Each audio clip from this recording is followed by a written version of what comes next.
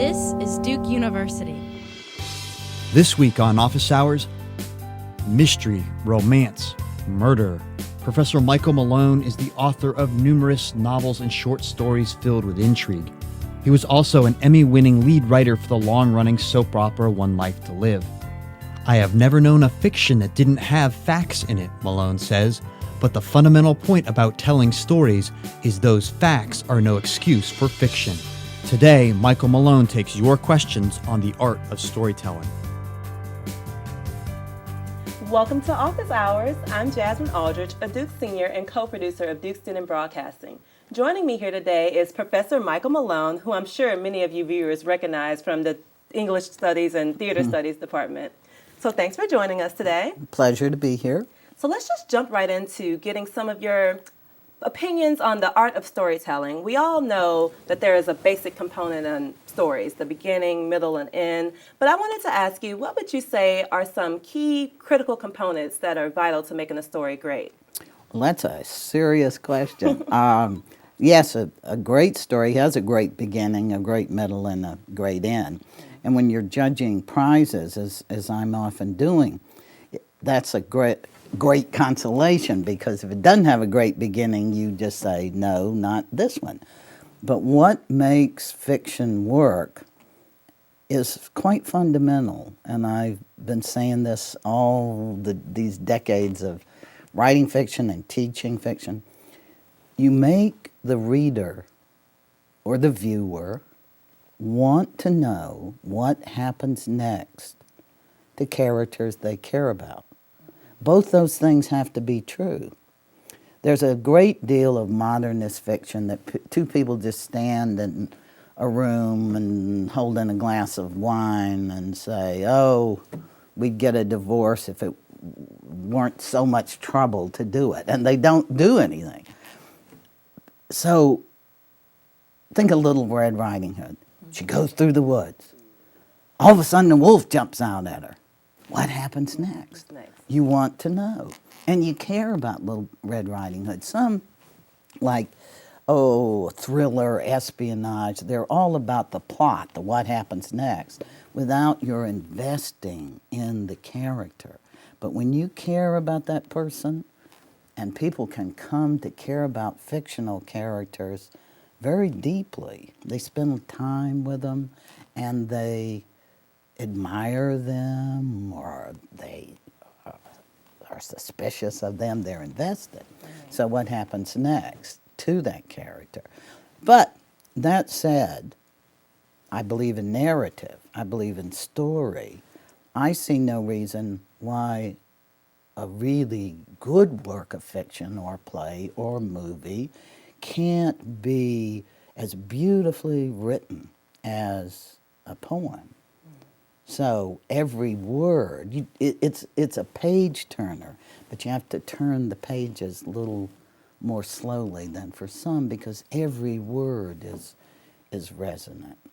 So in talking of the character building and the suspense building, what are some quick tips that you can give to aspiring writers who want to achieve great fictional writing? Well, I think the first tip is write. a lot of people come to me and say, I want to write a bestseller, so, how do I manage that? Well, they want to be writers, which somehow, I don't know why, because all writers do is sit and move their fingers across used to be a page, now it's a laptop. Screen, yeah. Usually. There's this notion that being a writer is a glamorous life, but the way to be a writer is to write, and to find a way to have the discipline. Either you write 5 pages a day, even if it's total gibberish, or you write 5 hours a day, even if you sit there, even if you only write 2 or 3 sentences. So, and then to write genuinely. Don't write how you think something should be, but write out of who you are and what you hear the character saying, What you see, characters, great characters will just do what they want to do. You just hang on to their coattails and follow them. They're going to take you where they want to go.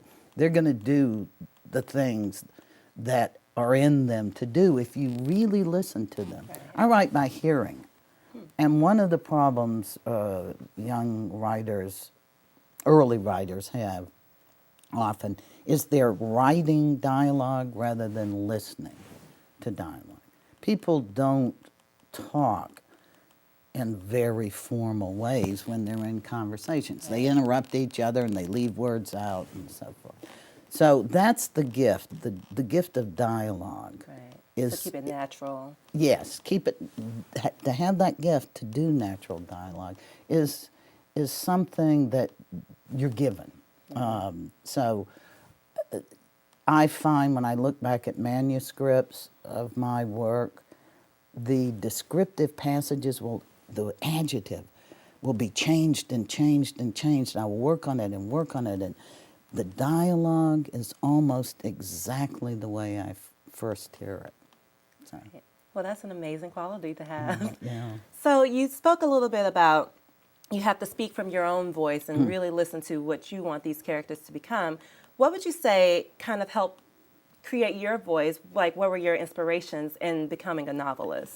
Well, your whole life, everyone you hear, people always ask me, is this about people? Is this about your family? Is this about your experience in graduate school? Of course it is. It's all those people. Like Flaubert said, I am Madame Bovary and everyone else in that novel. But also, you write by reading. And I grew up just reading my eyes out. I mean, just reading so intensely and absorbing the heritage of the novel, of the short story, of the play. I was always writing plays and trying to get my siblings to act in them and to wear bumblebee outfits and sing and dance. And now when I put plays on, they just leave the state. They just say no more.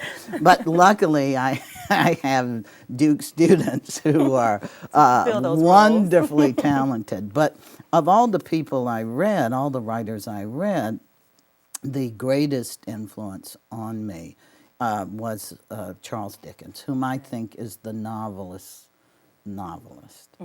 And I'll tell you two stories about Dickens in my public life as a writer.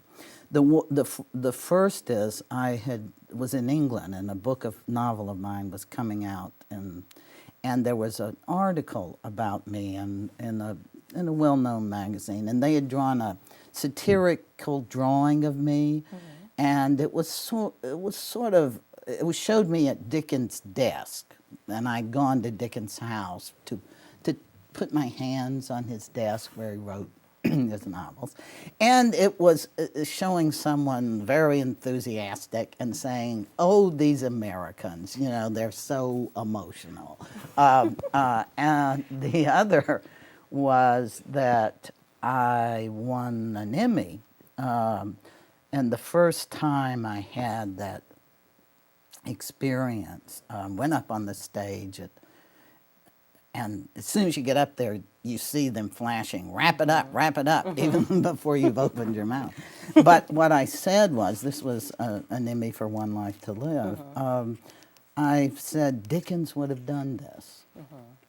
And everyone teased me for years about saying that. However, Dickens did write soap opera. He was a serial writer. He's a serial writer. Serial drama, and it's no surprise that everyone has been avidly watching Bleak House and Little Dorrit and all of his novels on PBS, that his novels are made into musicals, that in movies over and over and over again, and that he is an absolute core foundation of anything you watch that is like Downton Abbey. Multiple characters, multiple interlaced plots, serial storylines. Dickens. And it's no surprise to me that he's one of your favorite novelists. We actually have footage of you impersonating him in the library earlier this semester, so let's take a look at that clip. In my astonishment, I'd lost all self-possession. I reluctantly gave him my hands. He grasped them heartily, raised them to his lips, and kissed them. You acted noble, my boy, noble, Pip, and I have never forgot it. At a change in his manner, as if he were going to embrace me, I laid a hand upon his breast and pushed him away. So, how was that experience for you to actually become Charles Dickens? It was both, it was so emotionally intense as to shock me because I do a lot of readings, a lot of performance. This was a case in which someone I so admired and knew a great deal about, I was going to not just read from his work, but I was going to read as he read. You notice it's a fairly florid Victorian style of acting.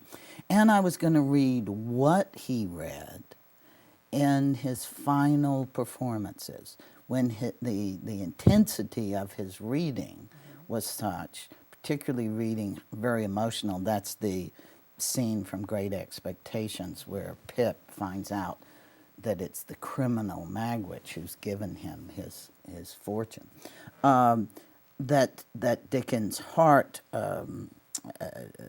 he had heart trouble from it, and died from this kind of, they said, stop doing these readings, and so by the time I finished this evening, my legs were trembling. I could hardly stand up. Indeed, my sister was there at the reading, came running over and said, don't talk, take an aspirin, swallow Right. this aspirin. There's so much emotion put into it. That's amazing. Yes. So you mentioned how Dickens was a serial writer, and basically that's the essence of a soap opera, the serial of it. And I wanted to kind of switch gears here to talk about your One Life to Live experience. We have a clip of a character that you introduced on the show, Marty Saybrook. So we'll watch the clip, and then I'll kind of ask you a question based on that character. Okay. So let's see Marty Saybrook. So, what's your name? Saybrook. Margaret Bedford Saybrook. Heard of me? I get in the papers from time to time. Been kicked out of more prep schools and nightclubs than the whole rest of the social register lumped into one. Punk heiress KO's bouncer. That was my favorite. Well, I'm Megan Harrison. Nice to meet you. I'm sorry I must have missed your headlines. Got a cigarette? No. Doesn't matter. They don't let you smoke around here anyways. They already caught me at it twice. Really? So, what do you do? This is it. Waste time and run up humongous hospital bills. Been here a week, that's why I'm in such a good mood. Otherwise, I'm supposed to be going to college. I've already gotten expelled from 2 of the 7 sister colleges. So, what are you here for? To meet guys. I mean, what better way, right? Especially if you look as great in a robe as I do. Right. So, what are you really here for? Maybe I don't want to answer your questions. Maybe I don't want to share my disease with you. Sorry, I was just trying to be friendly. Forget it. It doesn't matter. I'm here. I'll get my own newspaper. So in watching that, I saw you laugh a little bit at some of the dialogue. Do you remember writing that opening dialogue for Marty? Now, I was the head writer for the show, so there were lots of people who worked on the show, and 5 people wrote the treatments for the day, of the day, off what I said should happen in a week, and then 5 people took those treatments and wrote scripts.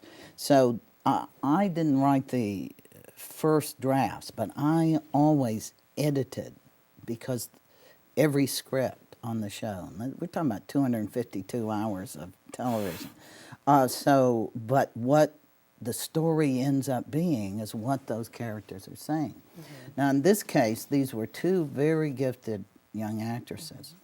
The one, Megan, the story began, and in fact, I came to One Life, and I came because a producer knew my novels and had tried to buy one of my novels for a film once and understood that serial drama needs someone who writes with a large canvas, writes different classes, different economic, different social worlds, writes different ages, generational, families.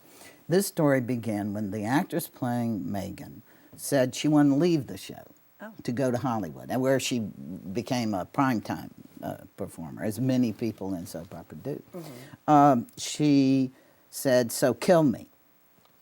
And writers will always say, "How do you want to really be dead, or just soap opera dead?" Which means you fall in a river and then you come back in a while. And she said, "No, really dead." So I wanted to do a story about lupus, which is a disease that particularly young women are vulnerable to. And it's often misdiagnosed as an emotional problem. And it enables you to do all sorts of relationships to that character. So her mother, Vicky, the star of the show, gives her kidney, gives her daughter her kidney. The husband has to be rescued from prison in Afghanistan by the minister who loves her so much, even though she's married to another man. Then she meets Marty Saybrook, Margaret Saybrook, named for my daughter Margaret and the town in Connecticut where we lived. And Margaret is this wild, angry young woman. She tells a lie about the minister being gay and involved with a teenage parishioner, played, by the way, by Ryan Felipe. In his first role, he was like 15 years old. That's so crazy. The network was terrified about this story. My God, you can't. It was a story about homophobia. You can't do this. I said, yes, we can. They said, people are going to write in negatively. They did not. 5,000 letters a day coming in saying, thank you. We were talking, we brought the AIDS quilt on to the show. We took our panel in the AIDS quilt to Washington with the whole, when the whole quilt went there. We talked about lupus and how it was misdiagnosed. And because Marty, this character, had lied, and this is how serial story, all story comes out of story. Because she had lied about that relationship, when she came and said, I have been raped, in a date rape, in a multiple date rape in a fraternity house, though you met her here. She went there of her own free will. She was drinking. She was, However, the point of the story was rape is right. Date rape is right. Again, very controversial. Right.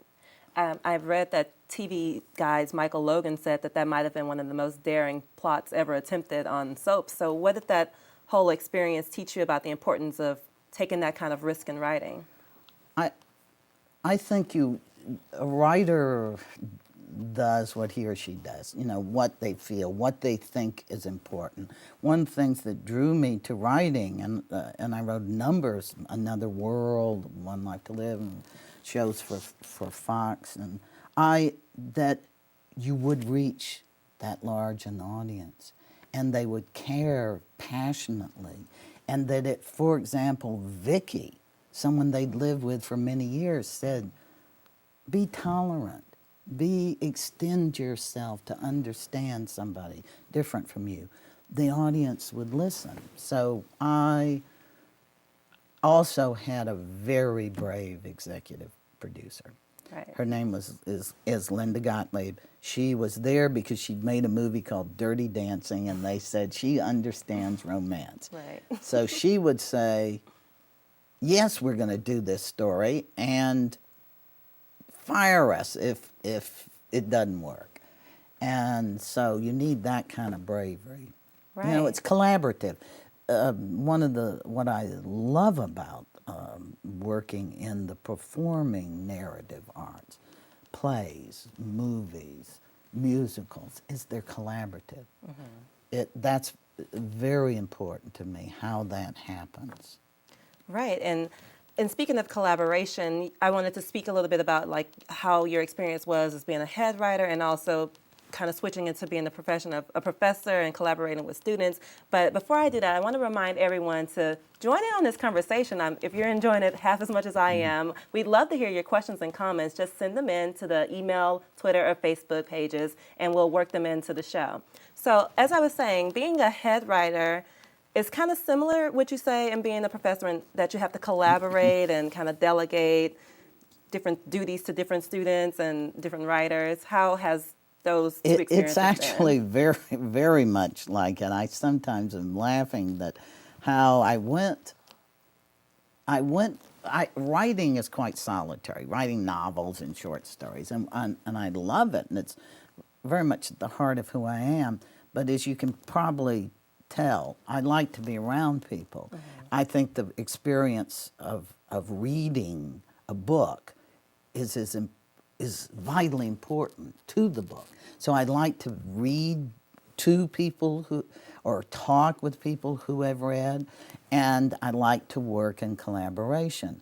And it strikes me that in my teaching at Duke, I'd left teaching. I taught for many, many years, and I left it to go off and write television and write novels again. And I came back with a very specific mission and vision of that life at Duke for undergraduates could be as filled with the arts as it is with all the other things, the sciences, the sports, all the other things these extraordinarily gifted and skilled students and hardworking students have, that they could share in arts experiences. It'd be as much fun to put on a play or put on a musical or look at this. Right. I wanted to ask you about this. Could you explain to everyone what This is program the is from? Gala, which is an Academy Awards black tie red carpet affair. Very It fancy. happened 2 nights ago. 16 movies competing for the Atom, America Dreams American Movies. Wonderful movies they came together, teams of 12, 15, there are 245 students in the class, and they made westerns and epics and Romantic comedies and mysteries and science fiction and documentaries. They campaigned. Here's I've seen some of wanted these for flyers. best director for this is actually the film Son of a Gun, the western that won Best Picture. Picture, right. Look, these posters. Look at this, a gangster movie. Very nicely done posters too. by Nicely done. My classmates. Your classmates, these students, I find extraordinary, and so here I am back at One Life. There's a studio of like 300 people who were working together to put that show on. Here I am with America Dreams American Movies, making movies, with the Great American Musical that I teach, making a musical. Their final exam is a musical. Everybody come see it. It's Yes. at Reynolds, On April 30th. April 30th at 7 p.m. It's called GAM, for Great American Musical. So we want to really truly get people to see what you're referring to. We actually have a clip of the Adams Gala, so we have a little snippet to. I was there that night, and I really enjoyed myself. So I just wanted to share it with the greater Duke community. Let's roll that clip of the Adams Gala from this past Tuesday night. Many students gathered around Tuesday night to gracefully stroll down the red carpet into the 3rd annual Adams Gala. In typical Hollywood fashion, there were plenty of pictures to be taken by photographers and also plenty of interviews to be had on the red carpet. All right, so I'm live here at the Adam Awards with Duke basketball, Quinn Cook, and Duke soccer, Chris Tweed here, and we're just going to ask them about their short films that they made for the course and get an update from them. Well, I was in the animation group. We did Ferris Bueller's Day Off, but our version we did that Day Off, and it was about a 12-minute film, and it was great. What about you? We did Crazy in Love, which is a romantic comedy, so it's pretty fun. I got to star in it, which is awesome. So I got to fall in love, get my heart broken, and then ultimately get back together. This fancy affair did not disappoint its many attendees that night. With a fantastic host and guest performances as well as guest speakers, this third annual Adams Gala was surely a success. Son of a gun!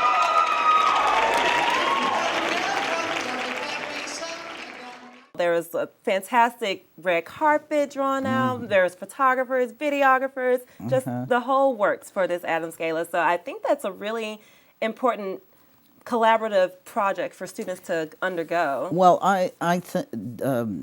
President Broadhead comes. He's tried twice to win Best Supporting Actor and hasn't happened for him yet. But we're now giving the Richard Broadhead Humanitarian Award, which he won. So for his understanding, because I think he really does see that learning can be both hard work, creative, but it can also be fun. Right. And that to engage in learning and to learn all you possibly can, but not to be tested, not to just say it back, but to take it in and then give it out, to make it your own, to create something new. That's how engagement works. The final exam for the musical course is to put this musical on. Like a grand production. However they want to do it, however they want to create it and write it. So we actually have some questions from our live studio audience out there. They are referring to your musical class, and I've read that there is a service learning component to the musical this year. And Lauren asked through email, how is service learning and performance integrated into your theater class? We have been very fortunate. It hasn't been tried before with a theater studies music class of this size, because there's 70 in the class, to engage in that service learning. But that too was greatly important to me, that students go out into the community with art and bring the community in. So we were very fortunate to be able to work this term with the Durham Housing Authority and a hip-hop club formed in the public housing after-school program of children from age 8 to about age 12 who have been working on choral. And we integrated that talent and their performances with the class, and so they are in the musical. The kids from the The Durham kids Housing from Authority. the kids in the hip hop club are in the musical, and they're all singing. We're all in this together. I think we actually have some footage of the rehearsal okay. with them singing. All right, So let's see great. if we can roll that clip of their GAM music rehearsal. Once we know that we're all stars, and we see that we're all in this together, and it shows when we stand. Once we know. Well, I can hear the music a little bit. They were singing, what song were they referring to? What song We're were they all in singing? this, We're all in this together. The High School the Musical High School fan Music. favorite. And they came to the year-end celebration of service learning and sang "Lean on Me," that's great. and to see people were crying, including me, and what I was thinking was these stone walls that separate Duke from Durham, from the community, go away when they came in through the doors of that building, looking around and and then singing and watching the faces of the Duke students in the class who had worked with them for a semester, who had gone to visit them, who had done exercises with them, and their relationship that they had formed. Because in a way, the service learning, the people who gain are the people who give. Yeah, right. It's And an inevitable exchange. it goes, that gift goes both ways. And the same is true of making a movie in the movie course, or as those young people met each other and got to know each other and work and say, oh, wait a minute, you can act, oh, you're great on the camera, oh, this. Then by the time you get to that gala, they're standing up there getting their picture taken. families. Their family. That's their family. Right. Well, we actually have some pretty good questions coming in. Everyone's lively this afternoon. I'm surprised. I thought they'd all be sort of, with a Post-LDoc. post-LDoc. Well, as Duke students, we multitask very well. Yes. Everyone had to wake up and start studying for finals next week. An anonymous email asks if you think that your class was prepared to undertake such a huge undertaking with the musical, or even the gala for that matter. What do you think of your students who are probably watching here today? I think the world of these students. I have a lot of trouble with a lot of things about the academic world and its bureaucracy. I couldn't bear it in television, and I can't bear it anywhere. People whose job is to keep their job and go around in what Dickens calls the circumlocution office. Things just go around and around. So I'm often frustrated with the slowness but never with Duke undergraduates. They work so hard. They have so much talent, and they are so willing to risk. We started by talking about risk, taking risk. They are willing. So when you see, they're not going to be professional theater people, most of them. Some will, I hope. Some, I hope, will, and they certainly have the gifts to do it. Some will never be in a musical again. They'll never make a Western movie again, maybe. Right. But what I hope, my dream is that always they will remember that they did that and that they succeeded in doing it. And someday they will give that gift back to their community. They will underwrite the restoration of an old movie theater in their town. They will join a community theater group. They will believe that the arts in community make us whole. They make us mindfully live our lives. Right. Feel our lives in a way that in our rushing to get where, as the famous saying is, nobody wants on their tombstone, I wish I'd spent more days in the office.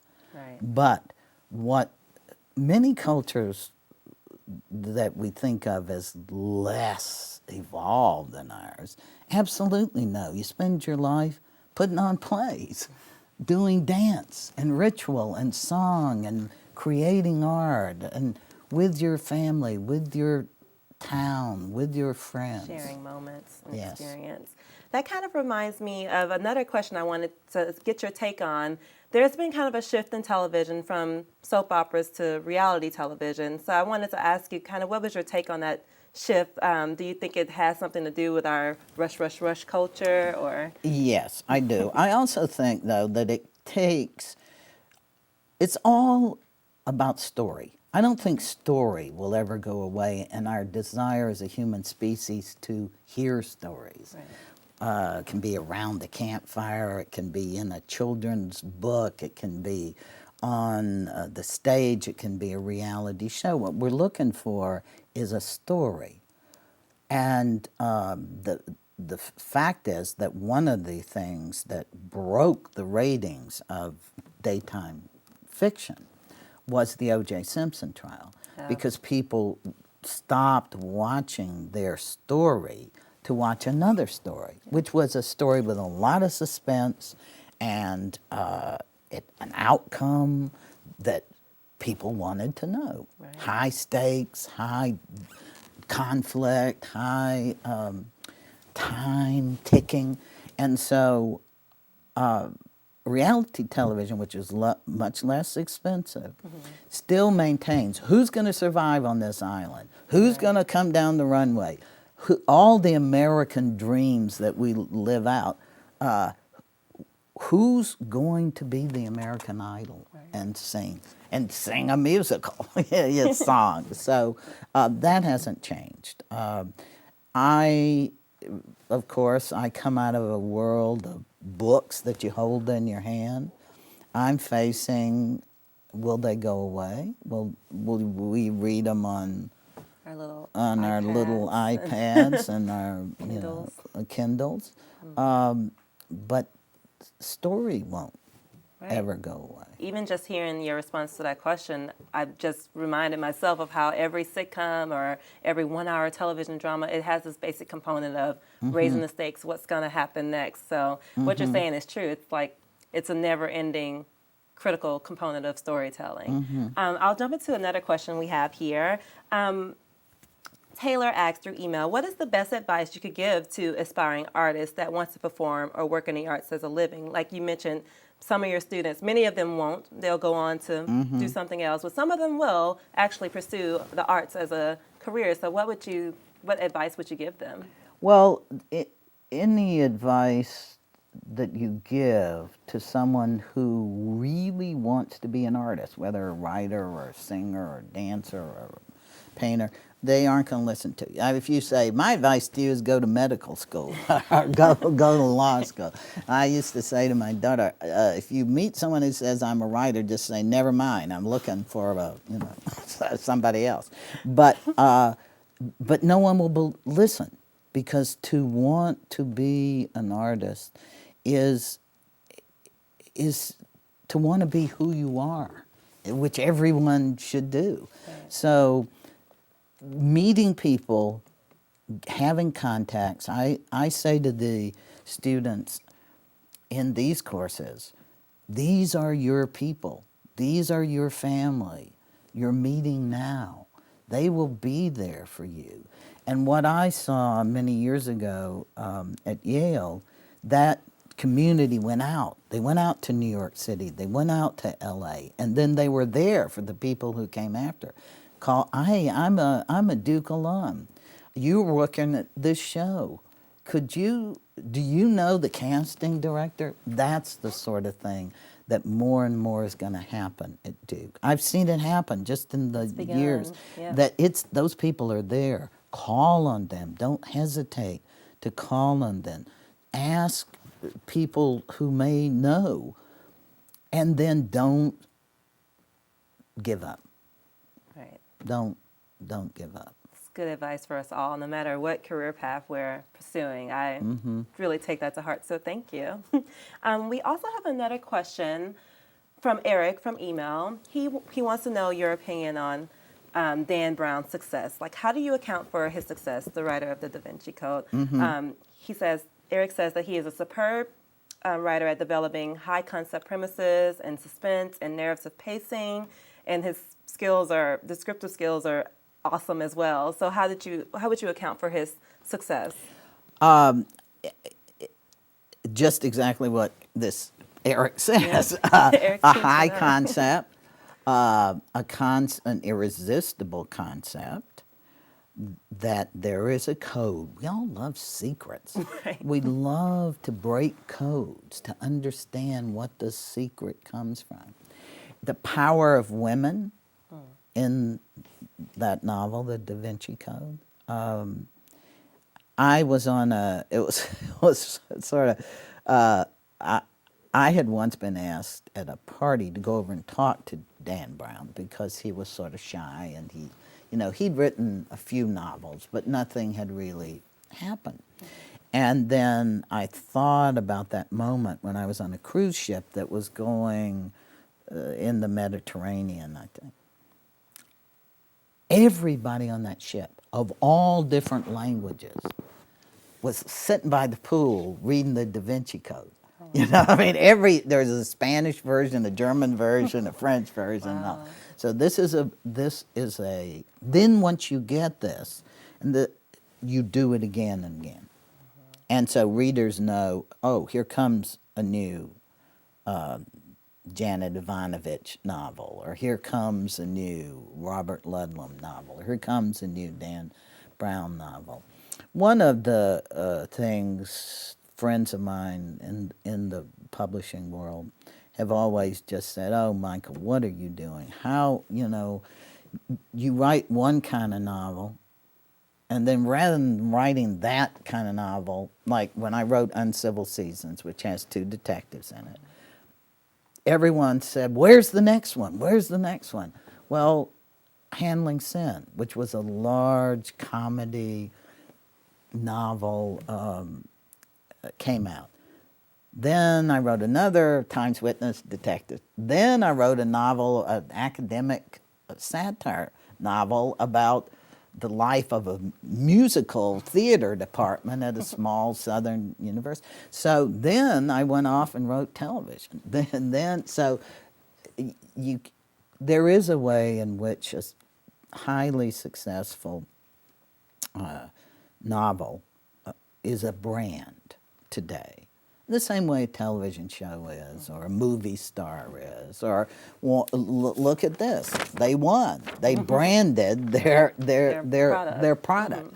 And so to call, and that's what we call a work of art, but which is a little too much like the other things we've talked about, the culture, values and speed. But I am consoled by the fact that the books and the shows are there. And I firmly believe if you like a book and you think it's good, read it again and again and again, just like you'd listen to a piece of music again and again and again. So, and I have been very fortunate. My wife, Maureen Quilligan, who's professor at Duke, and we came here for her to be chair of the English department about, good gosh, 12 years ago now. And she reads The Fairy Queen and Paradise Lost and Shakespeare's plays over and over all her life. And she says she always learns something new and all. And she always says to me, time is the judge. Time, maybe, a great deal of time. But I was teaching the last class of America Dreams American Movies Tuesday, and saying everything in American movies for 100 years is in one slender little novel called The Great Gatsby. I remember that lecture. Yes, and that when F. Scott Fitzgerald died, from too many LDOC experiences, Fair warning to all. Fair warning, flunked out of Princeton, then, didn't stop. But when he died, his books were out of print, and he had no thought. Well, I take that back. He had every thought that those books would last. Right. Just like Emily Dickinson, when she put those poems in a drawer, she knew somewhere. Art, good art, is not always saved, but it always does good. It is absolutely, when I think of all the money we spend on military weapons, the comparison between that, if you look at a graph, our military expenditures, which are more than all other countries put together, and what we spend on the arts and education and how that, if we could just flip that for a day or two, What a difference that would and be. have everybody out in the streets together, painting murals on the walls and singing together. What a difference that would Probably make. do wonders for our mental health. It would. It would, because art, when you were making art together, you can't hate. You can't be afraid. You can't be less than all you are when you're really doing it. It creates light everywhere. I absolutely. I'm so American. I believe in the green light at the end of the dot. Well, I'm enjoying this conversation, and I wanted to just let you know that a soap opera team on Twitter wanted to remind us that people are still watching soap operas. So this long form kind of storytelling is still very relevant today. Daytime television soap operas taught primetime how to tell story. They created the format, and women did it, like Agnes Nixon, who created One Life to Live. The format of serial interlaced storytelling that went into ER, that went into Mad Men, that went into The Sopranos and Grey's Anatomy, and they learned how to do it. It is one, like the musical, it is a great American art form. I agree. And your aunt. Oh, yes. Your aunt was on. Yeah, we've discussed. My aunt had a little stint on One Life to Live. And Marty Saybrook killed her. Yeah. Yes, what about that? Marty Saybrook, decades later, killed off my aunt from the television show. Well, then Marty deserves what happened to her. But you never know with soap operas. See, your aunt may come back. And we'll see. You mentioned some of these great television shows like Mad Men, and I'm a fan of Grey's Anatomy. What would you say, in your opinion, is the best written program on television today? That's a question from Nicole by email. So, what would you say? You know, to my, I don't watch that much television anymore because I'm, your hands are full. Teaching is. I never thought there'd be anything that would be harder work than writing 252 TV shows a year, but teaching is. But from what I gather from my friends, I love shows like Grey's Anatomy and all, and I like the large cast but people talk to me the most about The Wired, used to talk about The Wired, and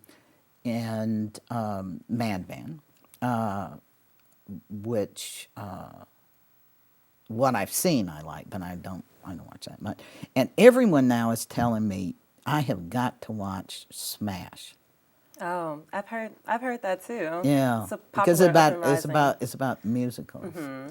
So, like you said, it never ends. This theme of the great American triumph stories. It's just a never-ending America thing. wants even its unhappy stories to be happy. Right. You know, so always there's that hope, and it's a part of that dream of everything that this country could be, and a part of the huge collection of difference that comes together in America at its best.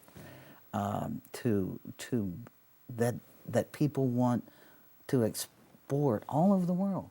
They want that idea that it's possible, that we can solve it, that we can change it, and that's what art does. Right. That's absolutely true. If you're just joining us, I'm here with Professor Michael Malone, professor in the theater departments and the novelist and soap opera writer. If you have any questions or comments as we kind of near our end of office hours, please send them in. We have another question from Twitter. I think this is a question for me, actually. The soapopera.com Twitter feed is saying that my aunt was on, and who was that? So I'll take this one. Okay. But Tamala Aldridge is my aunt. She's an actress, mostly theater actress, and she delved a little bit into the One Life to Live. She was Marty Saybrook's therapist. She was Dr. Sabrina Bahari was her character's name, and the storyline was Marty was hiding something from Vicky and all of them, and so Marty told my aunt her secret, and so she had to kill her off because she knew too much. So, so that's what that storyline was all about. Well, it's to me, it's one of the differences in writing novels and writing in a continuing form, and it was hard to make that change. First of all, the actors can do so much, and the first thing I learned is you don't need as much dialogue as you think you do. Secondly, you're used to a beginning, a middle, and an end. But this goes on, and one of the first things Agnes Nixon said to me in our first meeting, which went on for hours and hours, she wanted to talk about my novels, which she'd read, and I wanted to learn how did she do this.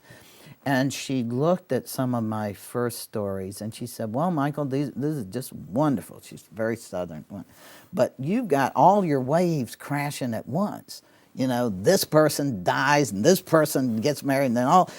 She said, you got to have one wave come, and then another one's behind it, and then another one's behind it. And she gave me another analogy. It's a diamond. Just keep turning it, and it'll cast off more light.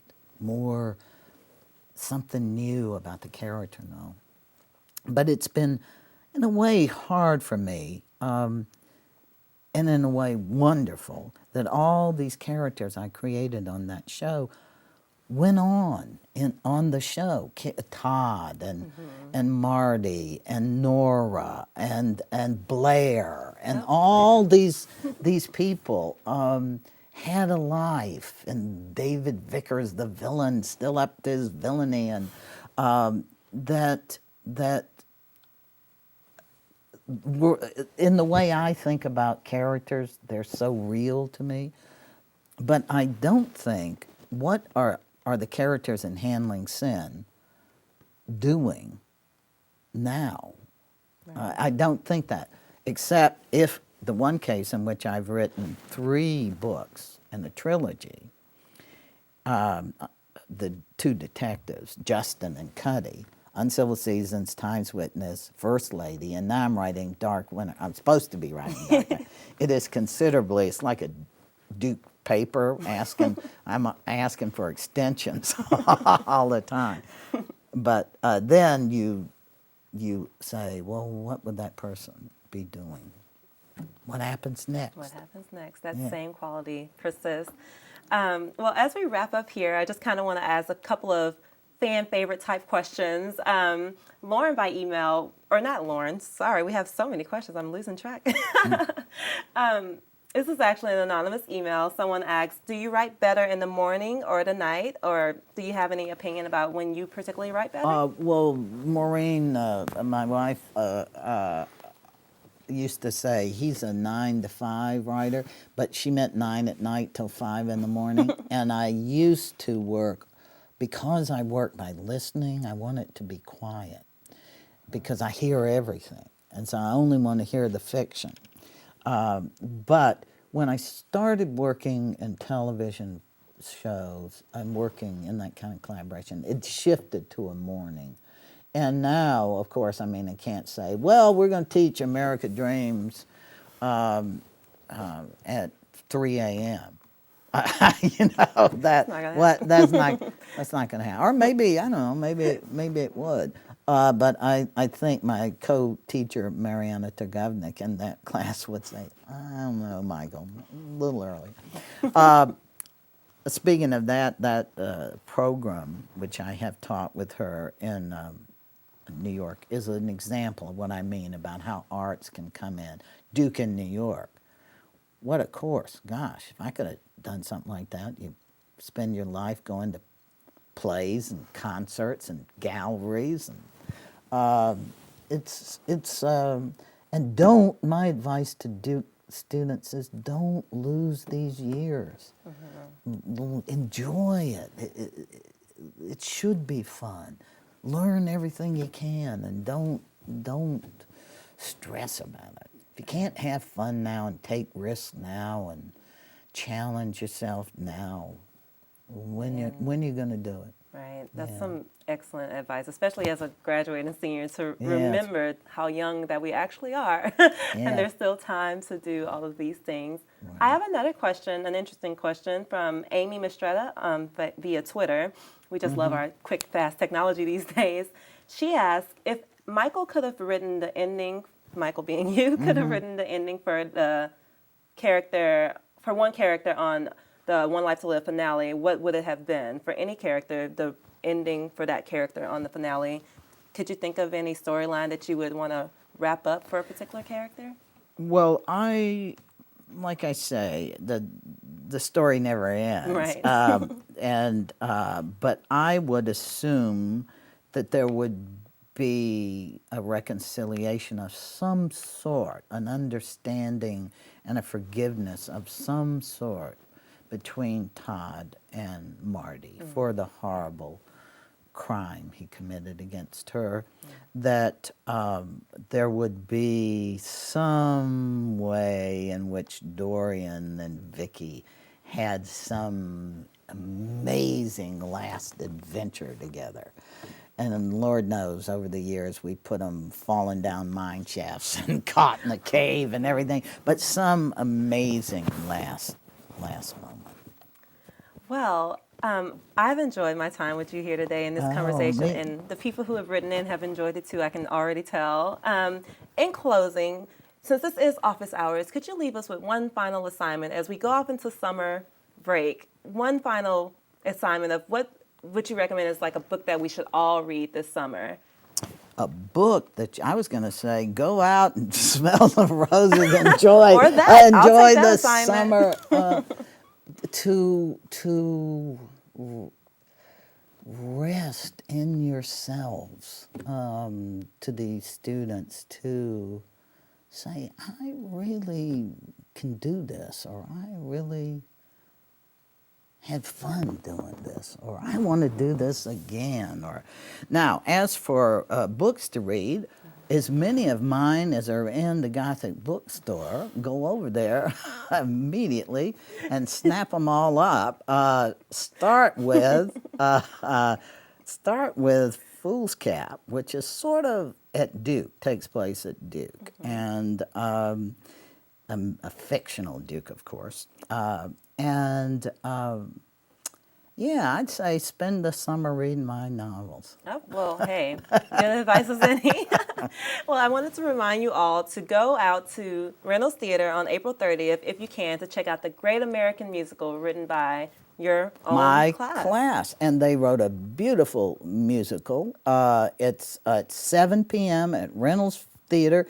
It is absolutely free. The students and this wonderful group of children from Durham Housing Authority will be so happy to see you in the audience on Monday. All right, well, thank you for joining us for our final office hours of the year.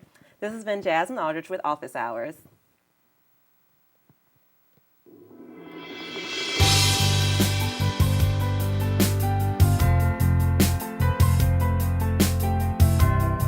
Produced by Duke University. Online at duke.edu.